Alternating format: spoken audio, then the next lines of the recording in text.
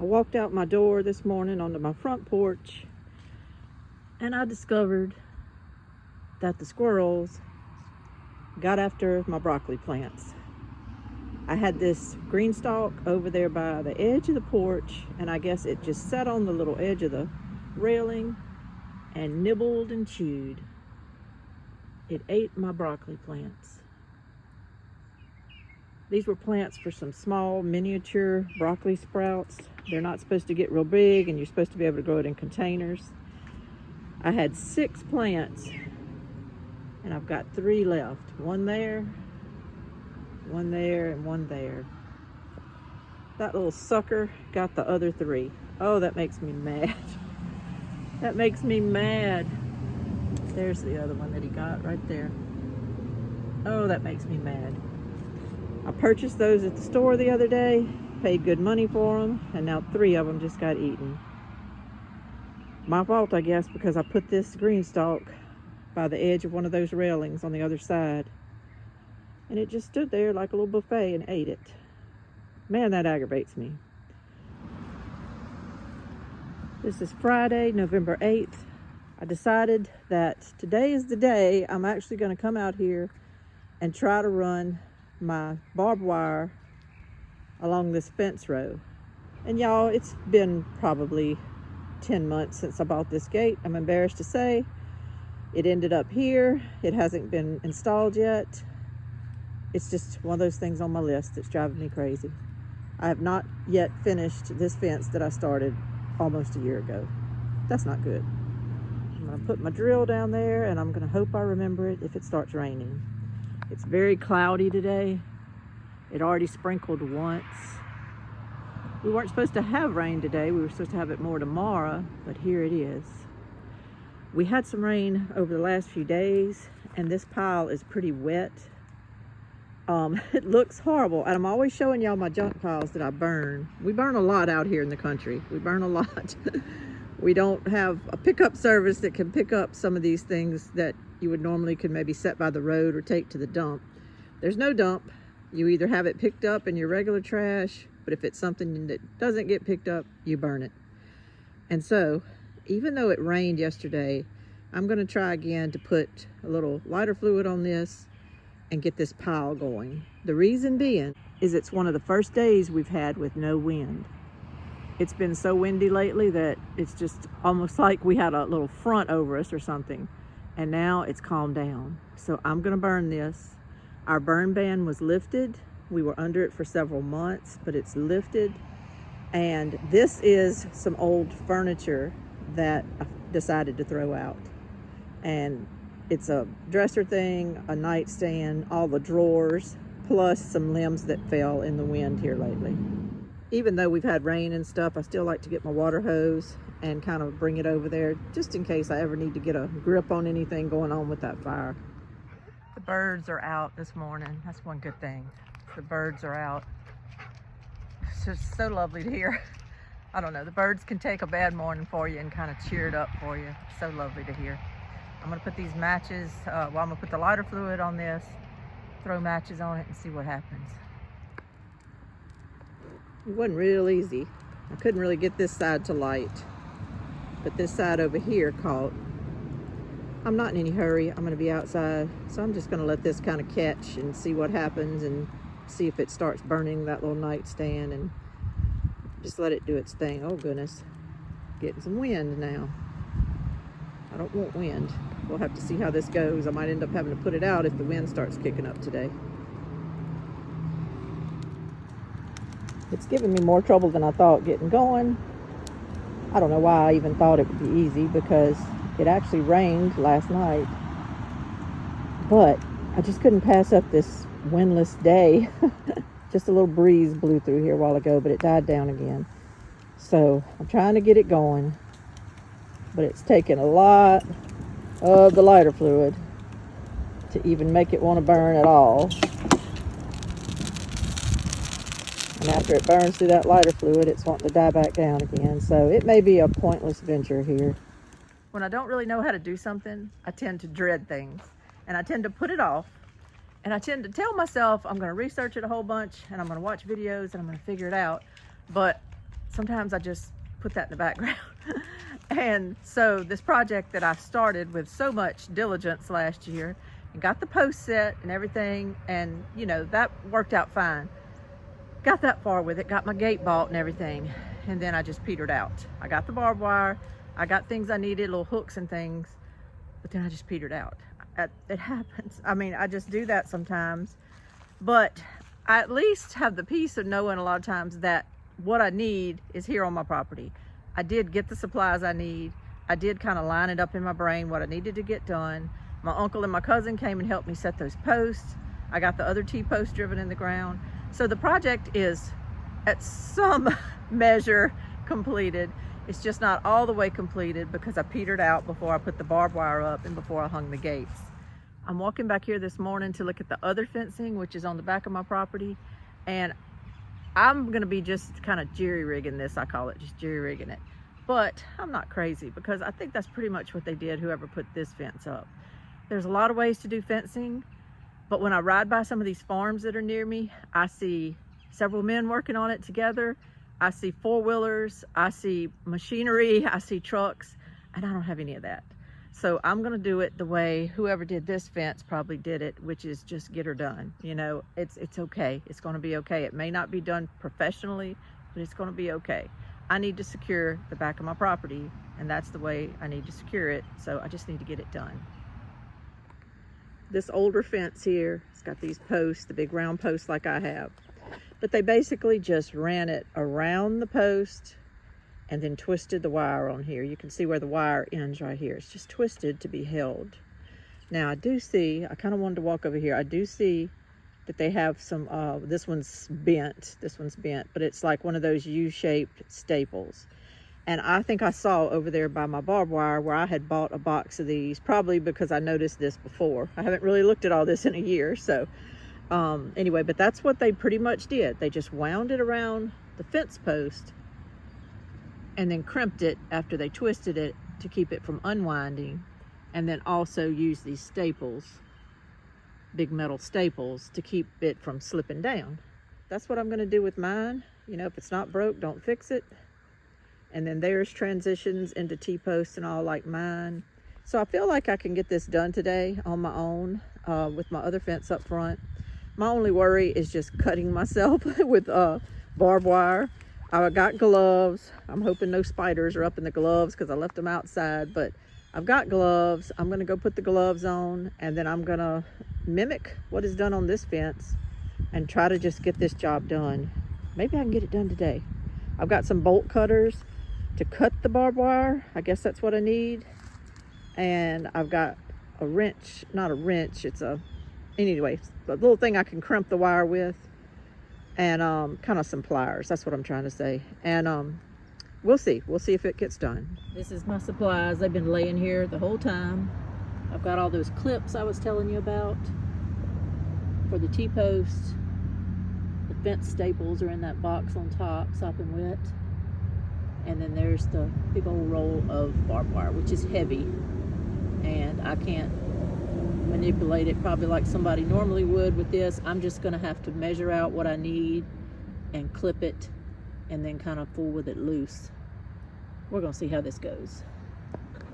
I had told everybody about this gate I found. Well, it's a bed frame, but I was gonna use it as a gate. And I intended to put it between these two posts here.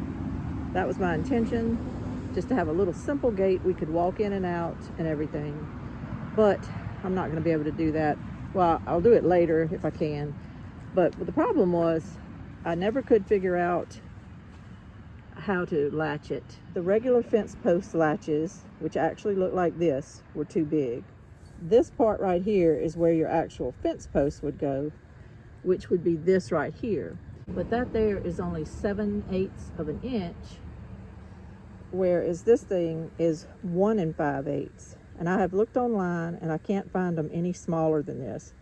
I went to the co-op and talked to them about it, and they can't even order me any smaller than this. So what I did was I went back to the store and I bought these electrical couplings, like you would run some electrical wiring inside of a house with. And I thought it would work. I've got them tightened up really well and all. This part actually is okay, but this part here just doesn't work. It only has one place you can screw your little thing in, whereas I need two. I really need this stable, and they're not stable. And I tried to go ahead and hang the fence on it, but the fence just falls sideways and goes to the ground. It doesn't help hold this fence up at all, this gate. So I'm not gonna bog down in that right now. I spent enough time on that. That's probably what made me quit. Sometimes I can bog down in little details like that, and it's like, okay, I shoot my wad of energy on that and then I'm done. So I'm not gonna bog down on that today. I'm actually not worried about it.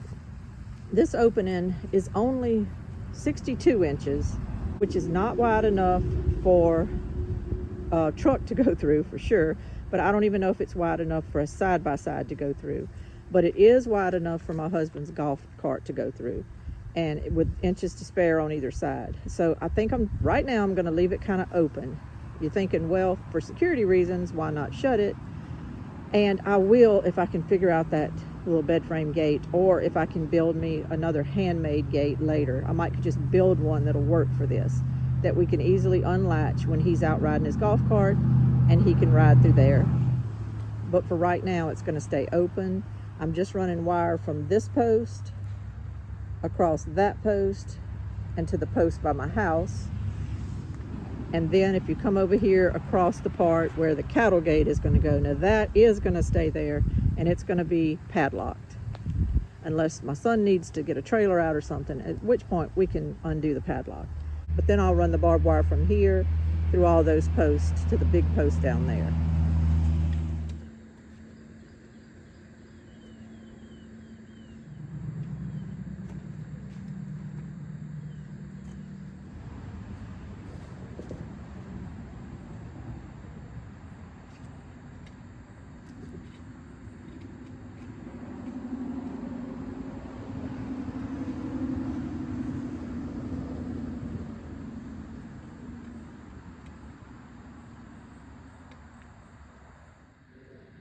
You have decisions to make when you're doing things like this. And I have right now 1, 2, 3 of the little rows of barbed wire. I think I'm gonna go up to 5. I think that's what I'm gonna do. I'm kind of a fence voyeur. When I ride around, I notice people's fences these days, especially since I have this project on my list. And I have plenty of room to go up 2 more rows. I noticed somebody's fence the other day, and I actually counted their barbed wire, and they had 5 rows. And I really like that, and so I think that's what I'm gonna do on mine. It's not perfect, but it's spaced out as good as I can get it. And it's as taut as I can get it. And my little clips are working good. They're making it really tight on these poles here. So they're doing good. They're right there. They're doing great. And everything's working out so far. Twisting it off at these ends is working good. It seems tight.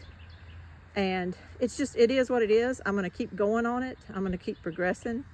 And I'm gonna get these 5 rows put on. And then I have to go ahead and work on the other 5 rows before I can hang the fence, because I have to do all this wrapping of the barbed wire around the fence post. So I don't want to measure where I want to set that fence until I'm through wrapping all this barbed wire, so that because I have to drill holes to put the hooks in. I had already done these for that smaller gate and it didn't work out, but I have to drill things just like that into that pole over there to hang this gate on. So it's all going to work out. It's coming along.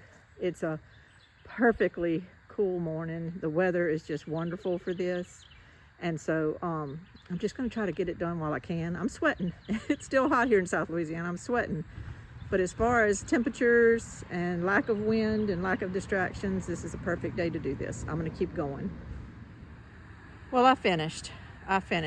If you'll notice in the background, my burn pile's still there. It was giving me so much trouble. I didn't want to sit there and just waste more and more lighter fluid. So it didn't want to catch. It was too wet. I'll try it again tomorrow if the wind's not blowing. But I got my 5 rows done, and I'm prouder of this side than I am the other side, because I didn't know what I was doing when I first started. On this side, I was able to get it a lot more taut than it is on the other side. And that was because I realized that I needed to unwind it after I unwound it. I'll explain. The barbed wire is wound tightly on this roll here, and when you unroll it, it stays in little circles. So what I did on the first fence over here is I stretched it out and I attached it to the T-post, and then I attached it to, well no, I'm sorry, came back and did that later. And then I walked it over here to the big round post, and I made sure it was level or whatever, and I pulled it as tight as I could, just as tight as I could, and then I tied it off. And then I came back and I did the little middle part there and put the hook on. But then I just started noticing, you know, these little whomps in it. I'm just gonna call them whomps. It's hard to see, but you can see that it's little bumps in it. And over here, right by the edge, I've got a couple of little swoops. You see there? That one goes up and the one under it goes down, so it makes it look even more exaggerated. And it's just not all in all tighter than the other one, even though I was pulling with all my might and even though everything looked straight when I started. And that's because once you unwind it from that roll, it's not as simple as just pulling it straight and tying it off. I really figured out that I needed to sit there and spend a few minutes counterclockwise unwinding it. And the weirdest thing was, if you went the other direction with it, it kind of started unwinding itself like a slinky kind of would, and then it got straighter. So once I figured that out, I took the time to do this end and unwinding the unwind. I don't know how to explain it other than that. You have to take it off the spool, and then you have to also unwind it and let it kind of unwind itself. Once I started doing that, it went so much better and so much quicker. And I got this side actually done probably quicker than the first side because I wasn't fighting it. It wasn't like trying to spool up around me and spool everywhere. It was just straighter. So that's something probably people that do fence all the time know to do. I didn't know to do it. And so the other side doesn't look as good. Since this part is not going to be the part that has the cattle gate against it, that down there will, but not this. So since it's not, I can actually undo this before I put all those staples on there. I can undo this and straighten it out. It won't be a big deal. This is the next day. It's Saturday, November 9th. I'm out here this morning putting the screws on for my gate. My goal is to just get this gate up this morning. I put staples on the sides of this barbed wire all the way down this post. So I've got that stapled. And so now I can go ahead and put this gate up. I just thought I'd say this morning, because I want to be completely transparent.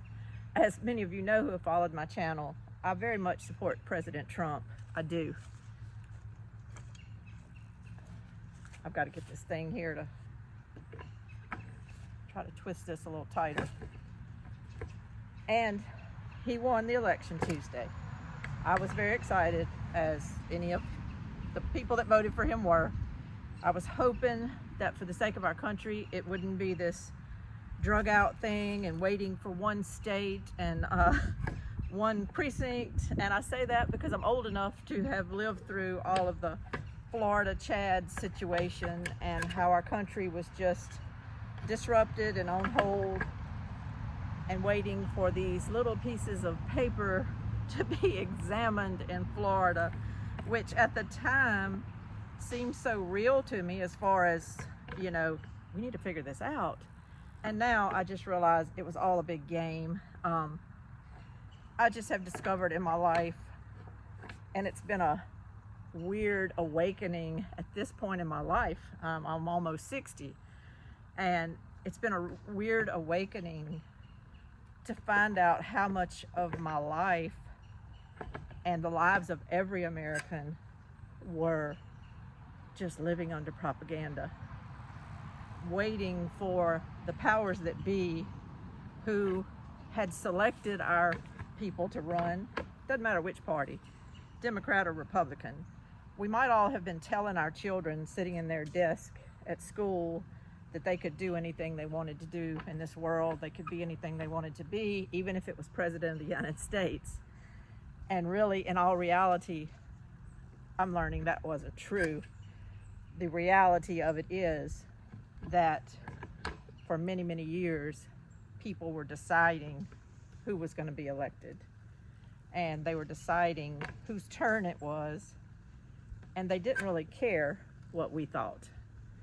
And there were some times where it didn't probably go the way they wanted because of slip-ups or mistakes, but for the most part, we were seeing people work together to figure out who was going to be the next leader. And that was never more clear to me than in 2016, when it was quite obvious that Jeb Bush was going to be the next Republican nomination person, and he was getting all the money, and they were just going to put Jeb Bush right up into office. I truly believe, probably in the end he was going to lose to Hillary, but he would have known going in, I think he was going to lose to Hillary. Or they were going to let him win this time. I don't know how it was going to work, but I just know Jeb Bush was the anointed for that race. And then Donald Trump came along and screwed all that up. And he's been screwing it up for him ever since. And I love it. I love it. And I'm not going to sit here and talk bad about Democrats today. The anger in me a lot of times comes from Republicans. Whenever Donald Trump was running for the 2016 race, I happened to be in the car one day and I was listening to public radio, and a local station around here was actually interviewing Reince Priebus, or whatever his name is, that ended up being Trump's staff person in his administration and all, because he was the Republican chairman and everything. And at that point, Trump was really working inside of the Republican Party because he was the Republican nominee and all, so he was working within that situation. Whereas in this election, I haven't worried about the Republican Party too much in this election. I haven't even paid them much attention. But anyway, but at the time, Reince was being interviewed, and the guy asked him, what about Donald Trump, who's announced his candidacy and who's looking pretty popular with the people? And Reince couldn't have been more elitist and more dismissive. And he said, well, it's not up to the people. He said the Republican Party, a lot of people think might be a democracy, but it's not. It's kind of like a club, and the members that are in the club get to decide who's going to be the nominee. And I was like, I've never heard it stated that way before. He said, basically, don't worry about Donald Trump. He's not going to be it. We, in the upper echelons of the Republican Party, will at the correct time, we will line up our delegation, we'll have our convention, and we'll put forth our candidate. So it really doesn't matter what the people in America say. It's what the Republican Party says. And I was like, I don't want nothing to do with you. I don't want anything to do with you, and I hope that you get the boot. Well, he ended up jumping on the Trump train when he realized it was proficient for him to do so in his life, in his career. And he ended up serving in the Trump administration until he stepped down or whatever. But I have never trusted any party official since then. I've not, because I didn't realize they thought of themselves as a club. I thought our primary season, and the Democrats as well, I thought that was our selection process where we decided who we wanted to be our nominee.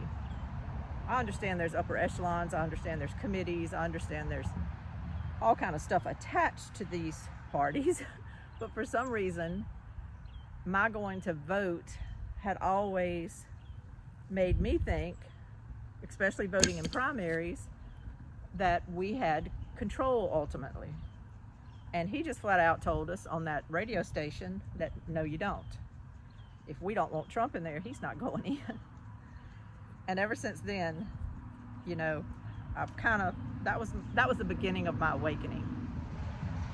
This thing's not going all the way in. I don't guess I drilled far enough, but my drill bit was the exact same size as my little thing here, so I didn't want to drill it out too much.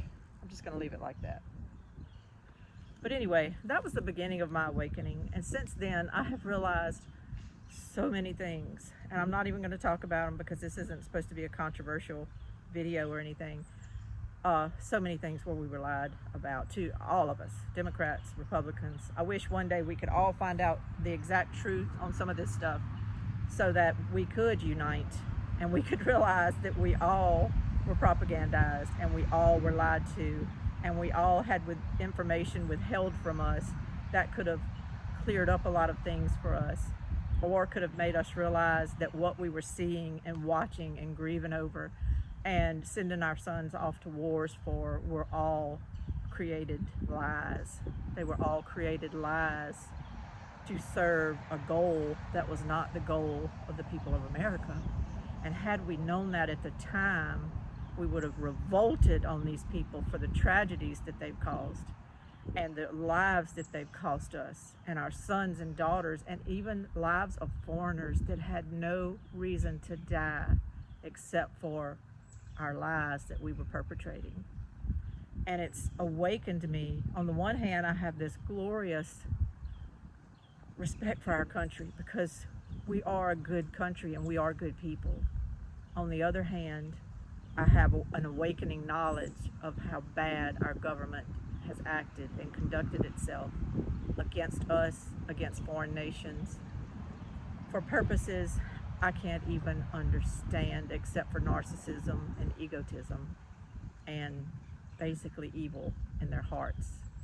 And so for the sake of everybody, those of you that didn't vote for Trump, those of you that hate Trump, for the sake of all of us, I want truth to come out. I want truth. What does that have to do with my fence? What it has to do with my fence is, yes, I'm happy he won. But instead of kicking back and gloating or something, or doing a video going, yay, I'm so happy, I know that now is the time to be even more vigilant. And now is the time to finish these projects that I have put off for whatever reason. And now I need to finish these things to secure my property. Because actually now history has shown us that now is going to be the time a lot of violence erupts. Now is going to be the time that people in power who hold secrets, who hold agendas, they don't want to give that up. They won't want to give that up. I woke up this morning to finding out Pentagon is having secret meetings about what to do if Trump is actually going to ask us to do things we don't want to do. What should we do? Well, all I know is this. I hope those are rumors. That's the first thing I think. I hope it's all rumors and they're not truly having backroom meetings about this. But second of all, I just want to say, if they are, you do as you're told by your commander-in-chief. We don't always like it, but by God, you made our sons and our daughters do it. You made them go into situations and wars for your benefit and for your sake by telling them they had to obey orders. And if deportation is not on your menu right now, you need to put it on your menu if that's what is ordered, because our country is at stake and we cannot have people being disrespectful and unobeying the laws. We can't have people in our military bucking that, and I don't think it's the rank and file, not from the videos I've seen. It would be the elitists who have a lot to lose, who have agendas of their own that don't serve you and I, and they have a lot to lose. And we'll be watching. That's the thing about this election, is everybody's watching. For Trump, against Trump, whatever. We're all paying attention to every little thing going on. We're watching you. And you're not going to propagandize us, and you're not going to manipulate us anymore. We're watching you. And so I'm going to work on securing my gates. I'm going to work on keeping my food supply stocked up. I'm going to work on my water supply, which I need to work more and more on that for emergencies, especially in light of what we've seen in North Carolina and all the other states. I hate to leave anybody out, so I'll just say the area of Helene. I'm in South Louisiana. That could be us tomorrow. That could be us tomorrow. So I understand by their suffering things I need to kind of work on. And I'm not giving an inch on it. I'm going to keep going. I've gotten a little lazy lately. You know, you just do that sometimes. You get involved in your life. I've gotten a little lazy, but I'm going to get back on it. and I'm going to get more serious about it, because if we learned anything, it was that as soon as Trump took office in 2016, violence erupted by a lot of paid actors that were paid to incite people, It was a lot of money flowing down the line from up top down to the bottom, a lot of money flowing through, and it was paid to incite violence. People were hurt and killed and had the pulp beat out of them. None of those people hardly went to prison. That still angers me that we had things on film and nobody pursued those people, but they would pursue other peaceful people like pro-lifers. It is incensed me. But this time, I don't think a lot of the people who got manipulated before are going to buy into that. And I don't think so. And I say that living in an area that has a very much mixed population. I can tell you the tides have turned. I can tell you that the people, even living around me, are not buying into that mess anymore. And they're not going to disrupt their lives and live in anger and hate. They are wanting to live in hope. They are wanting to live in hope, and they were wanting peace for their families and no wars for their children. And so I don't think that's going to work this time. But if that doesn't work, what is going to happen?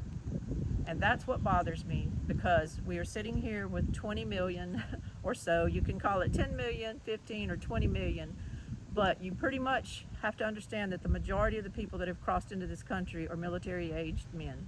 That you can look at the pictures.